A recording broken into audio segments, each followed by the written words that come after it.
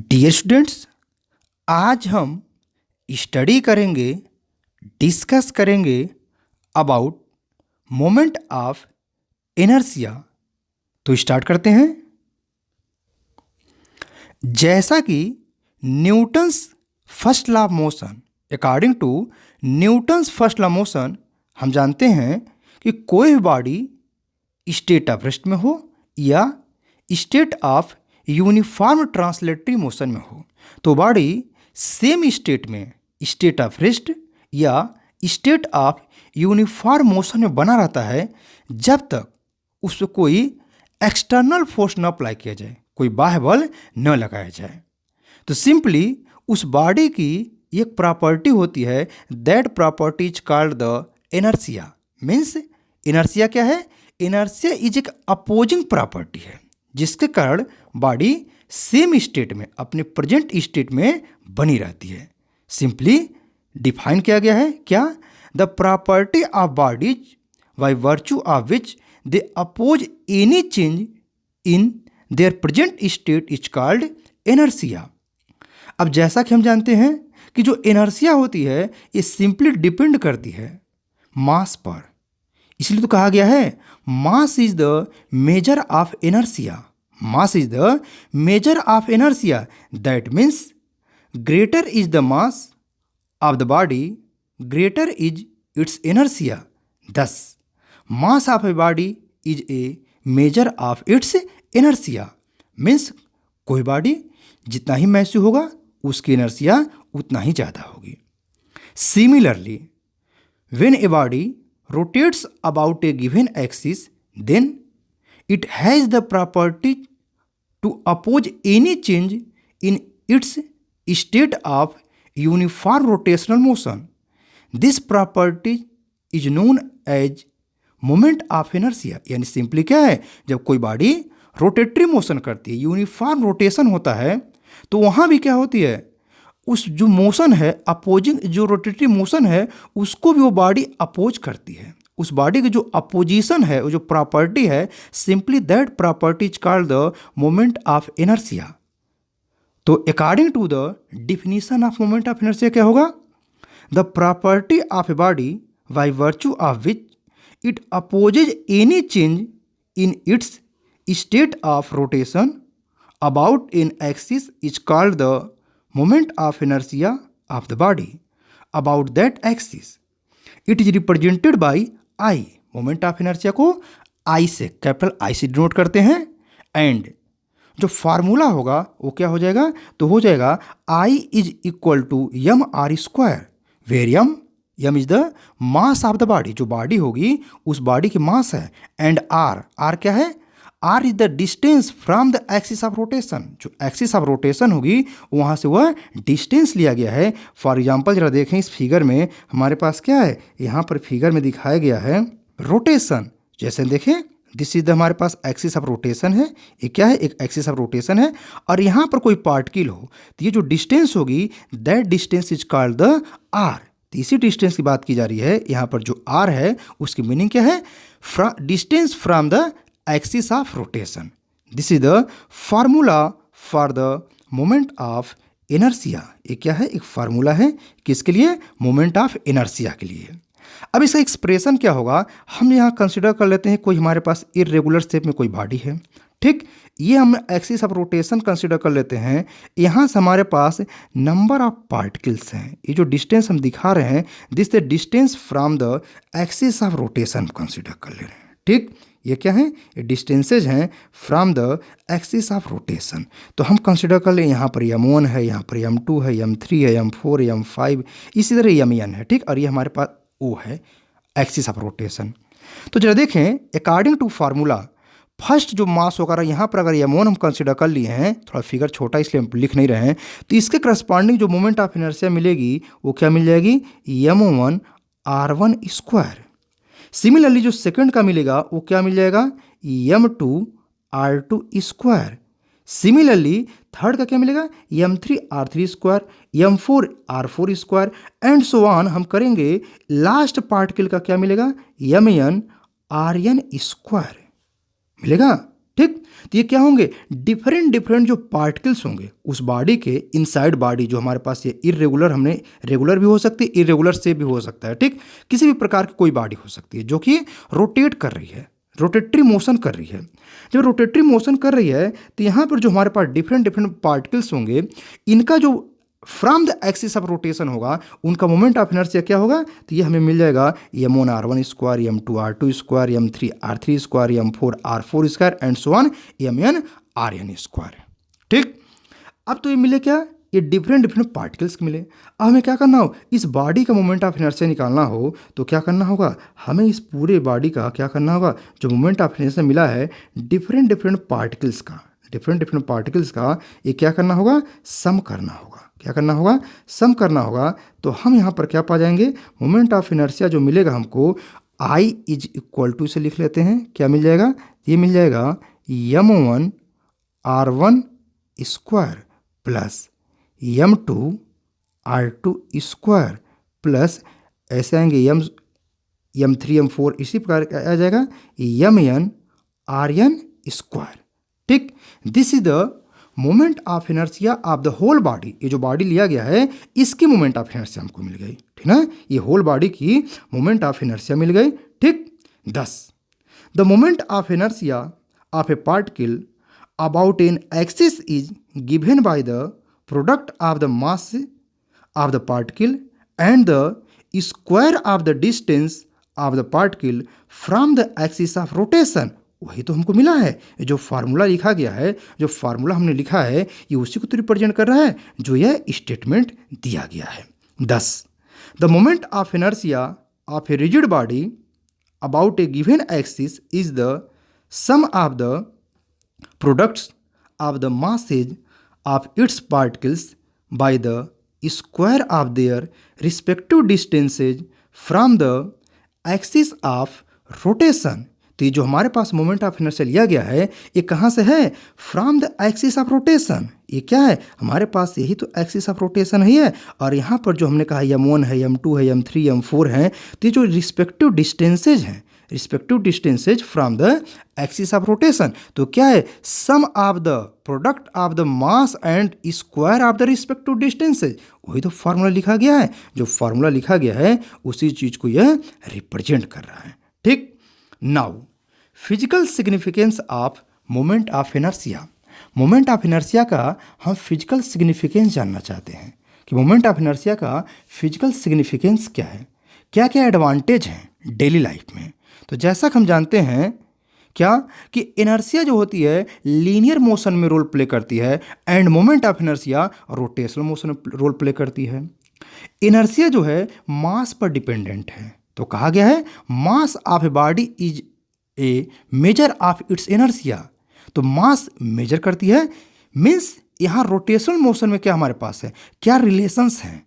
तो जरा देखते हैं, the moment of inertia plays the same role in the rotational motion as mass in translational motion. तो क्या है, रोटेशनल मोशन में जो रोल होता है मोमेंट ऑफ इनर्शिया का, सेम रोल है क्या, इनर्शिया का लीनियर मोशन में। या दूसरे शब्दों में कहें तो जो रोल प्ले करता है inertia in the linear motion या ट्रांसलेटरी मोशन में, सेम रोल प्ले करता है मोमेंट ऑफ इनर्शिया कहाँ पर, रोटेशनल मोशन में।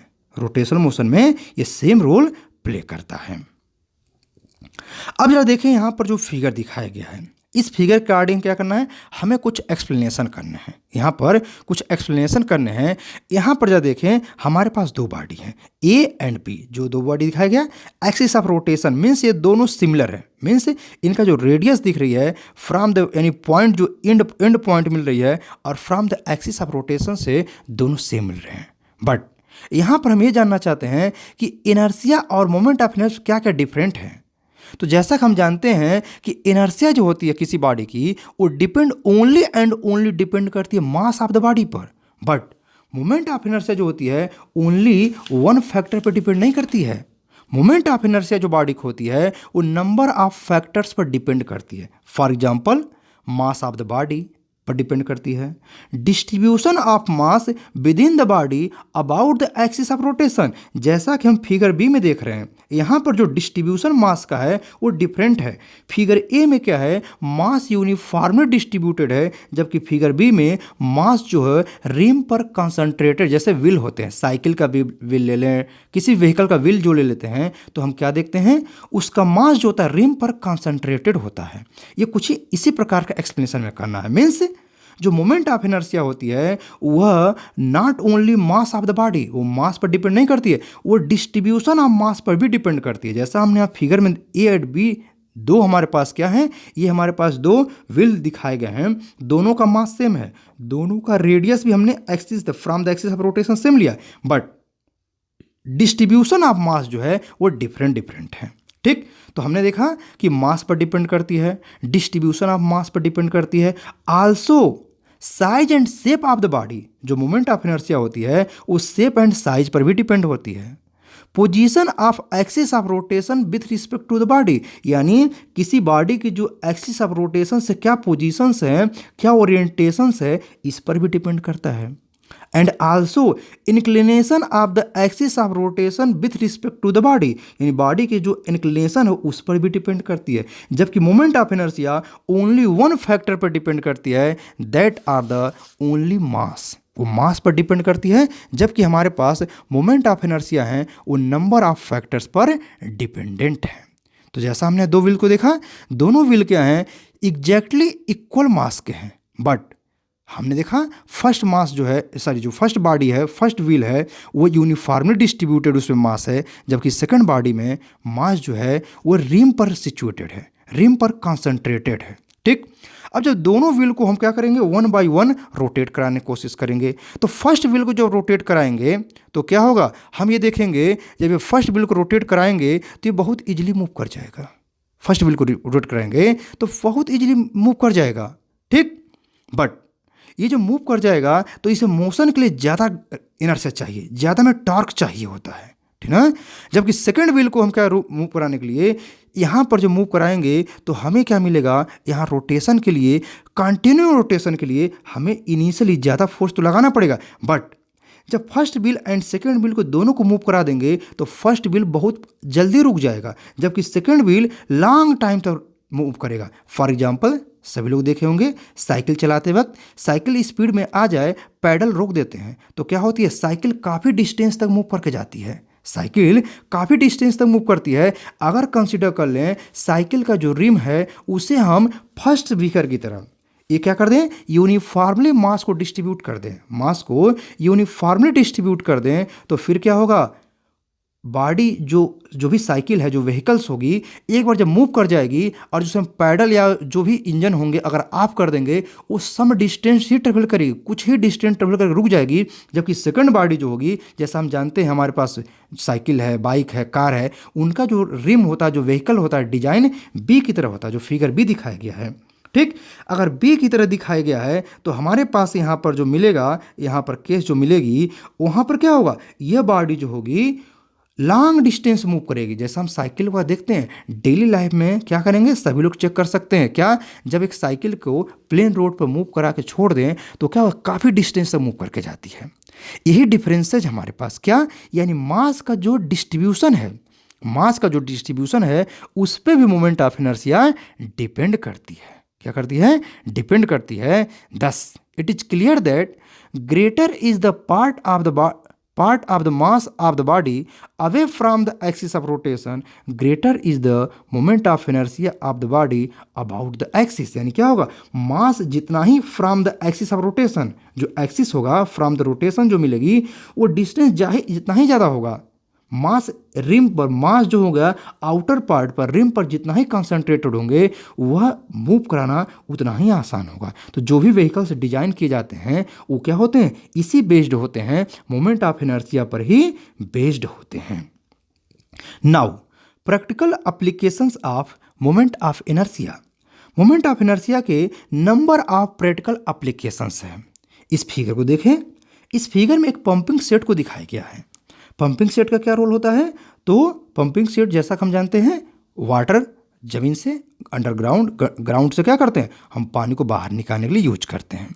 अब जरा देखें, इसमें हम एक व्हील लगा हुआ, यहाँ पर जो हमारे पास ये दिख रहा है पार्ट, क्या दिख रहा है, यहाँ पर एक फ्लाई व्हील लगा हुआ है। ये पोर्शन जो दिख रही है ये क्या है, एक फ्लाई व्हील है। ये क्या है, एक फ्लाई व्हील है। ठीक, अब ये फ्लाई व्हील जो लगा है इसका क्या यूज है, क्या रोल है, क्यों आखिरकार हम फ्लाईव्हील लगाते हैं? तो फ्लाईव्हील का भी कॉन्सेप्ट हमारे पास मोमेंट ऑफ इनर्शिया का है। जो स्टेशनरी इंजन्स होते हैं, जो पंपिंग सेट्स होते हैं, जनरेटर्स होते हैं, इनके शाफ्ट में क्या करते हैं, एक हैवी व्हील लगा देते हैं जो कि आयरन या कास्ट आयरन का बना होता है। ये सिंपली फ्लाईव्हील के नाम से जाना जाता है। ऐसा क्यों करते हैं? ये मोमेंट ऑफ इनर्शिया जो शाफ्ट होता है, शाफ्ट हम जानते हैं वो एक रॉड होता है। ठीक, तो यहाँ पर व्हील को कनेक्ट कर देने से उसके मोमेंट ऑफ इनर्शिया बहुत इंक्रीज कर जाती है, बहुत ही ज़्यादा इंक्रीज कर जाती है। तो जो इंजन्स होते हैं, जो पंपिंग सेट्स होते हैं, उन्हें रोटेट कराना बहुत आसान होता है और इंजन में जो फ्लक्चुएशंस होती है उसको भी इससे कंट्रोल किया जा सकता है। तो जो पंपिंग सेट्स होते हैं, जनरेटर्स होते हैं, अल्टरनेटर्स होते हैं, उसमें हम फ्लाईव्हील का क्यों यूज करते हैं? क्योंकि वो मोमेंट ऑफ इनर्शिया को इंक्रीज कर देता है, नंबर ऑफ टाइम्स इंक्रीज कर देता है, नंबर ऑफ टाइम्स इंक्रीज कर देता है और इंजन में जो फ्लक्चुएशंस होती है उसको भी रोक देता है और ये जो मोशन होती है उसे स्मूथ कर देता है। सिमिलरली जो टॉयज होते हैं, टॉयज मोटर्स होते हैं, उसमें भी क्या होता है, उसमें भी फ्लाईव्हील को कनेक्ट कर देते हैं। वो भी क्या करता है, टॉयज को मोशन के लिए बहुत ही रिस्पॉन्सिबल होता है, उसके मोशन को फ्लो कर देता है। Similarly there are number of instruments and machines, जहाँ पर क्या करते हैं हम डेली लाइफ में, ऐसे नंबर ऑफ मशीन्स इंस्ट्रूमेंट्स हैं जहाँ पर मोमेंट ऑफ इनर्शिया का यूज करते हैं। For example cycle, rickshaw, bullet cart, car, cycle, bicycle, number of ऐसे हमारे पास व्हीकल्स हैं। वहाँ पर क्या है, एवरीवेयर हम क्या करते हैं, मास जो होती है, हम ये देखते हैं मास को क्या करते हैं, रिम पर ही कंसंट्रेट कर देते हैं। यानी वहाँ पर भी यही कॉन्सेप्ट लेते हैं किसका, मोमेंट ऑफ इनर्शिया का, जिससे क्या होता है, मोमेंट ऑफ इनर्शिया इंक्रीज कर जाती है और हमें यहाँ पर इसके मोशन के लिए बहुत ही हेल्प मिलता है, बहुत ही एडवांटेज मिलती है। Simply this is the moment of inertia, this is the applications of moment of inertia, या कह सकते हैं practical applications of moment of inertia.